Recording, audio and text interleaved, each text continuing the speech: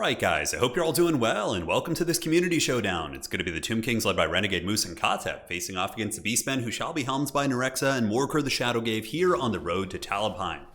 Now, as far as the Tomb Kings build goes, it's going to be an extremely durable front line, mass Tomb Guard if I'm not mistaken, which is good for a couple reasons. Number one, they do have silver shields, so Ungor Raiders won't kill them super quickly. They're going to be able to hold their own against Zangors because of their combat stats, and they have huge HP pools, which really synergizes with Katep. So what Katep does is he uses the Lore of Nehekara, which triggers the Restless Dead and heals your entire army for 1.4% of its HP, which is even better than like Life Bloom and some of the other ones. So yeah, very cool stuff. That is going to be the Tomb Guard and their big HP getting crunk there. Screaming Skull Catapult in the backfield, not bad. It can put progressive damage down on Raiders, Zangors, things like that. And yeah, honestly, it's a nice utility piece.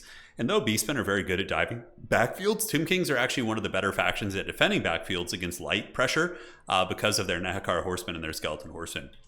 Now, this is what I'm most excited for. We do have the SPHINX, and this thing is certainly, it could be a little bit overpriced. Maybe could use a cost reduction, but it is a good anti-large fighter.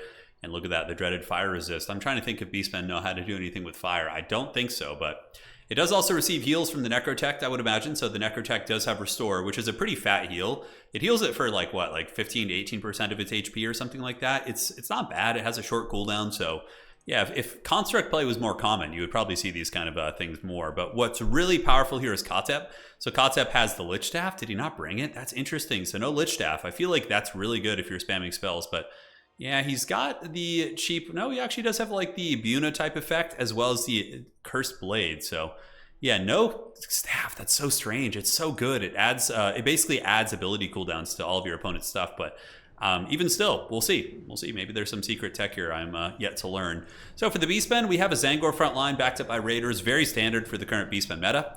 Morkor the Shadowgave could be in the bushes, and he's really good at fighting on objectives and just being durable and hard to kill.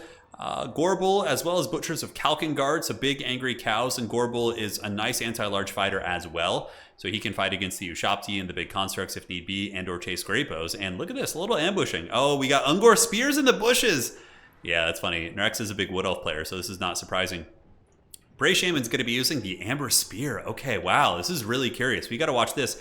Amber Spear, if cast right down the side of an infantry unit, can do a shit ton of damage, but it looks like the Tomb Kings did scout this side play with the carrion here, so very funny. Early game shenanigans on both sides. So Catapult's coming down and going to be bombarding into the Zangors and doing a little bit of damage if it can actually hit. And it looks like those shots, not the most accurate, but one does hit. What's nice about those two is like it can help break things off objectives because of the leadership penalty it does apply. Backside Collins, what are we going to get? It is going to be Skeleton Horseman Archers looking to play the skirmish game and maybe poke Centaurs, really relying on the durability of the Tomb Guard here. And something just did a bunch of damage against this Tomb Guard unit. I might have been the Amber Spear cast from downtown. I suspect that's what it was. Alas, we'll have to wait to see for another day. Sneaky ambush as the Ungor Spears are hustling over from the side, which will be very interesting to follow here. Big SPHINX is going to be moving in, attacking these Angors, but is going to want to retreat here. Butchers of Kalkengard plus the Gorbel will be able to overpower it for sure. So it will retreat, it does have access to healing, but man, it takes a bunch of damage right there. That was a rough start. So where's the Amber Spearman going? Amber Spear Bray Shaman going to be heading for the back objective, but there are some Skeleton Horsemen called out, which are going to tar pit him. This could be a very rough loss for Nerexa here. If the Bray Shaman just gets surrounded and or killed by some combination of Tomb King's units, that could be rough. And for now, he is surrounded by horsemen and is going to be taking a lot of free damage. So side point owned by the Tomb Guard. Middle point is certainly being contested right now as the big scary SPHINX going to be moving in to drop some serious shots here on the Beastmen. And here it comes, the claws of Nehekara. Well, it's kind of claws, they're more like scissor arms. He's like Edward Construct scissor hands here. See what kind of damage you can do against the Butchers of Kalkengard. In the backfield, the Bray Shaman is surrounded. That could be a big blunder, but it looks like it might be able to escape. The Bray Shaman trying to push out. In the meantime, Katep running around, casting magic wherever he can. It looks like he's probably been casting the anti-large spells. Yeah, so giving the Cursed Blades upgrade to the SPHINX, giving it anti-large. That probably would have been better on the Tomb Guard to give them anti-large against the Minotaurs overall, but still not a terrible play. So Tomb Guard holding the side point, Skeleton Horseman rampaging about. Darude Sandstorm going down from Katep, baby. And that's going to be tearing through a lot of the Beastmen units right here. You can see they're certainly not having a good time of it, and that actually ends up doing a ton of damage. Now, scary overextension here. Renegade Moose's SPHINX accidentally kind of follows the Butchers out into the open field, where the Gorbel is able to meet him in combat. Restore going down, going to be a big HP heal. And in the backfield, it looks like there were the spears arriving, so they did get to the catapult, but Renegade Moose does a good job dodging it. He detaches the catapult crew, calls in a Ushapti to deal with them with some Skeleton Horsemen, and that should be getting back online. Now, Tomb Kings are holding on to the point. Value trading is even, which is not good for the Beastmen because of the not Children of the Desert, but the Restless Dead. I've been playing a lot of Dune games. It's getting crazy reading some Dune books as well, so... But yeah, the big beast is fighting okay. Beastmen do get a second win coming in from the Chaos Spawn summons from Morkor the Shadowgave, which is going to help clear out some of the Tomb Guard. But man, Tomb Guard are a very stalwart infantry unit. And I don't know if they would beat a Zangor in a straight-up fight. They do have a lot more HP than Zangors. I believe it's almost 2,000 more, so that could be a variable as well. And they do seem to be holding. Usirians being popped on top of the Zangors here. Very, very cool stuff. Skeleton Horsemen intercepted by the Chaos Spawn. And the Horsemen Archers here are looking to follow the Minotaurs, which is a good idea. Skeleton Archers, basic ones, would probably be too easy for the Beastmen to shut down and or compromise in some way.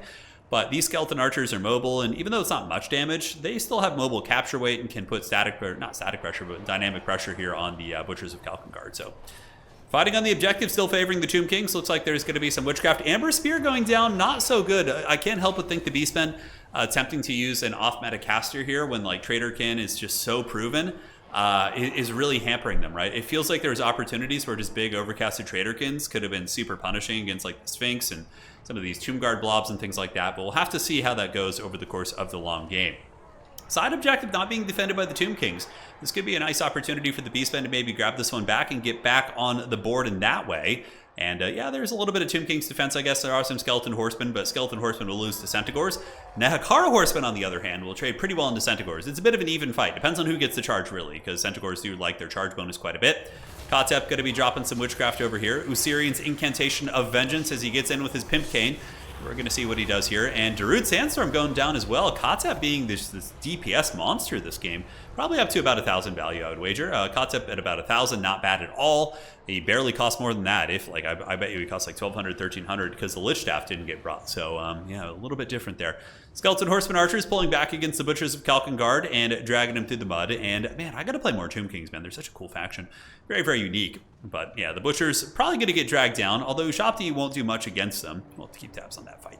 So back over towards Objective 1, it looks like there is some Zangor pressure. Very tough. Zangors are incredibly hard for Tomb Kings to deal with outside of Ushopti and Greypos. Calling in a Ushopti here wouldn't be a bad idea. There are some Ungor Spears though, so that's going to be a nasty bit of pressure with Centaurs coming back from the call-in. Looks like the Bray Shaman caster looking to have a Haggard Wizard duel with Katep. And uh-oh, it does get a little bit surrounded here. Nice surround from the Renegade Moose. And once again, the Bray Shaman in a little bit of danger, losing a bit of HP. Katep, you know, he's got 300 weapon strength. He's got a little cane. He can do some work if he's able to make contact. Side point here, the Beastmen have taken this one, and the middle objective is owned by the Tomb Kings, and the side's still owned by the Tomb Kings as well. But yeah, the Beastmen are holding this one, but Tomb Kings looks like they were going for a bit of a ninja with their cav units. Butchers of Kalkengard being kited here by the Skeleton Horseman Archers. That definitely should continue. A bit of a lapse in micro there from the Moose. Unfortunate, could have been some good value, but ooh, we do see the Ushopti Greypos being called in. And the Greypos from downtown probably will be able to take down a lot of those Butchers models. You can see they're really starting to wither, and that is a big play because now those Greypos can really do great work against like the Centaurs and potentially even snipe that Bray Shaman right there. We'll have to see. Side point looks like it's flipping. Nice play here from Nerexa, getting the Zangors in, overwhelming the Tomb Guard. Tomb Guard showing some pretty good resilience, but overall probably will be folding on this point. So Tomb Kings have the middle, but it looks like they might be able to flip the side objective as well. They do have a lot of Tomb Guard over here, and the Ushopti summon able to help fend off the Blackhorns Ravagers. Greypos just doing, I was going to say great work, but I was like, just my brain's like, don't do it, it's a trap. But the Ushopti Greypos, now that they're online, yeah, they're really, really good in this matchup. In the beginning, they can be a little bit vulnerable to being overwhelmed, but now, when battles become more chaotic as like a mid-game call-in, I really, really like that here. Beastmen responding with Centaurs and speed to hold the objective, but it looks like the Tomb Kings were able to flip that, maintaining their double cap, which is really starting to mount up in pressure. And look at this, Morkor the Shadowgave, you know, is weak to fire damage, and the Sphinx here does do fire damage. That's actually a little bit of extra damage, despite the fact that the big Sphinxes, in my experience, do have a really hard time hitting infantry-sized units. I don't know what it is, but yeah, Morkor could be in danger of dying, especially with the anti-infantry Ushopti around them. On the side point, Ushopti call-in, like I said, a very good answer against Zangors. The Catapult Fire, also good at just saturating and doing solid overtime damage. It doesn't actually do damage over time, but what I mean is it's not huge DPS, but over the course of a long game, it can get there. So Big Gorbel chasing back Katep. Katep sitting at 1,400 value. And we do see the Ushopti arrive on the point while the Usirian's Incantation of Vengeance going down to the Zangors. If Katep, he's like some drastic, he's like luring away the T-Rex right now, dude. The Gorbel would want to stay here and usually deal with these Ushopti. But now that Katep's lured it away, nope, looks like Nerex is going to see it and it's going to go back. So good veteran kind of battlefield awareness there from our players. it's funny how like in sports like MMA and the NFL, you know, it's always kind of like, oh yeah, you know, he's a journeyman or he's a scrappy veteran. You always want to be, you know when they start calling you a veteran. I don't think it applies in this situation. In Total War is different, right? Physicality is not really a variable like it is in like professional sports. But it's funny how like in sports, when somebody starts, oh yeah, he's a wily veteran or he's a seasoned fighter, it's like, uh-oh. You know they're the guy that just gets thrown into the ring in boxing or MMA to the sacrifice to the up and coming prospects. But yeah, we got some Razor Gores moving in, but Skeleton Horsemen an excellent counter against them. Razor Gores have terrible stats at fighting these type of units. So the Horsemen should be able to actually win that fight. Side objective owned by the Beastmen, middle owned by the Tomb Kings, and side owned by the Beastmen as well. A little bit of a scariness. The second wave of Tomb Guard coming in. Nice Screaming Beam Catapult Fire, wearing down these Angors and certainly tanking their leadership. So this objective in a little bit of danger of being lost for the Beastmen. Tomb Kings looks like they might be able to get that one back. Meanwhile, Zangors do push, but the Ushabti Great Bows are pretty resilient fighters themselves with good armor, so they're able to hold. Great Bows using all of their ammunition. Still not getting a ton of value here, but yeah, they're being great indeed. Middle point, we get the Butchers. Oh, the Koroks Manrippers is something I haven't seen. It's like, you almost forget Bestigors exist, but Koroks Manrippers are pretty rad. They do have some decent anti-construct tools, so if like Ushabti try and move up on the point, like they're going to get destroyed by the Koroks Manrippers. Bestigors definitely just need a cost reduction. They're super overpriced. Like they're honestly not much. They're pretty much the same caliber as like Greatswords, maybe slightly better than Greatswords if they cost the same. So like I think they should cost like 900, whereas Greatswords are like 800 something. Like 950 for Bestigors, maybe like 925 even would be fair. But Beastmen are already just like Zangors. If you would need to cost increase the Zangors for that to kind of all balance out properly here. But side point, looks like the Bone Daddies might be able to get this one back. The Ushabti hanging in there despite Big Daddy Gorbel doing some work. And the mobile capture weight of the Skeleton Horsemen, them not being expendable and providing 4 capture weight is very, very good. And now objective 1 is going to flip, and it looks like this is going to be a victorious objective fight for the Tomb Kings. Meanwhile, in the middle, the Koroks Manrippers a little bit problematic, but the Tomb Kings can also just rotate over to the side point here with their mobility and the Ushabti and probably wrestle that one back. Screaming Beam Catapult shooting into Koroks Manrippers, big value city. Meanwhile, the big SPHINX is going to be taking this fight, which is very dangerous. It takes a very unfortunate attack animation, getting partially surrounded and immediately losing several hundred HP. Morker able to get his big Pimp Claw in there and drag him down. And now we are going to be seeing the SPHINX trying to run away. Very scrappy game between both players. Both these guys are, top, like very solid tournament players. So yeah, it's clearly going to be a duel of fates. Tomb Kings do have that points lead though, if I'm not mistaken, and it's pretty substantial. It's about 300. Looks like the side point is going to be flipping. Tomb Kings do have surprisingly quick capture weight with their Nehakar Horsemen as well as their basic cavalry, and I do like the Skeleton Horseman Archer play. That's very interesting. It's not something I would have thought of myself. I'm always kind of looking at those type of units, but with Tomb Kings, I think it's a little bit different. They can certainly not do bad. Realm of Souls going down once again, going to be healing up the army, so I believe it's hit its final tier. And the Bray Shaman with the spear, it's only got 600 value, which, man, Traderkin is so good. It's a shame that it's so good that it overshadows everything else, but nice pick here by the Beastmen. Nerexa getting back with some Centaurs. They must have routed near the edge of the battlefield and then came back and got on the catapult. That's going to be a big pick. It still did have a little bit of ammo, if I'm not mistaken, or it might have been almost out. It's hard to tell. I think the crew is detached here, but even still, taking it down prevents your opponent from unsummoning it, which allows them to get a bit of a refund, right? So Horsemen chasing down the old Razorgore herds right here. Meanwhile, the SPHINX and the Ushabti and the boys hanging on. Objective number 3 is controlled by the Tomb Kings pretty comfortably. This one's being contested. Kotet being hunted by Gorbel. Skeleton Horseman Archers maneuvering about. I would imagine Tomb Kings calling in some good quality infantry soon. Maybe a Tomb Guard unit, but yeah, kind of tight on resources as is. Those Ushabti Great Bows too are going to be good fighters up on the points. Honestly, an Ushabti Great Bow in melee could probably take on a Zangor, or at least be like really kind of stalemate with it. In terms of the trading value, because the Zangors will struggle with the 90 armor and relatively high melee defense on those guys. Tomb King still hanging on the point. Gorbel running back and forth. Are we going to see a Tomb King call in? Yes, Tomb Guard coming in for the back. Meanwhile, Zangors or Gore Herds, basic Gore Herds coming up, which is cool to see, and Zangors as well, but they're going to be running into a bit of a counter here. So it looks like Morker does get hit. He's on fire, which kind of insinuates he was hit, but it didn't look like he took any damage there. It's always a little bit weird how that works. Skeleton Horseman diving into the rear here. Osirian's Incantation of Vengeance going down from the dreaded Lord of Magic, DJ Kotet. Kotet rocking 2,000 value this game, and with that is going to be a tap out for the Beastmen. It's a double cap. He's got a lot of points lead. It's a value lead for Tomb Kings. Beastmen were pretty much losing on each front. So great game. That typically, from all the times I've seen it, which is probably about 4 or 5 times in this patch, Tomb Kings usually lose that matchup. So that was a really cool look at that. And also, Nerex is an extremely strong opponent.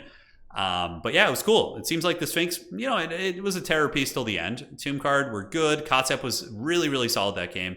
And the Great Bow Column in the fourth quarter and the Skeleton Horseman play, not bad at all. For the Beastmen army, I thought it was fine. Honestly, I just thought the Beastmen were kind of handicapped in the magic department. It felt like the Bray Shaman was just not that good. Where is he even? Yeah, here he is. 800 value, whereas like a Spirit Leech caster probably would have had the Sphinx killed. You could have also bunted on the Tomb Guard. Granted, it's not the most cost-effective unit, but like a Spirit Leech caster or a Traderkin would have just been exponentially more punishing. Could have even turned the tide of the game, but who knows? It was hard to say. GG, well played. Hopefully you guys enjoyed that one, and we'll be back with more hot action soon.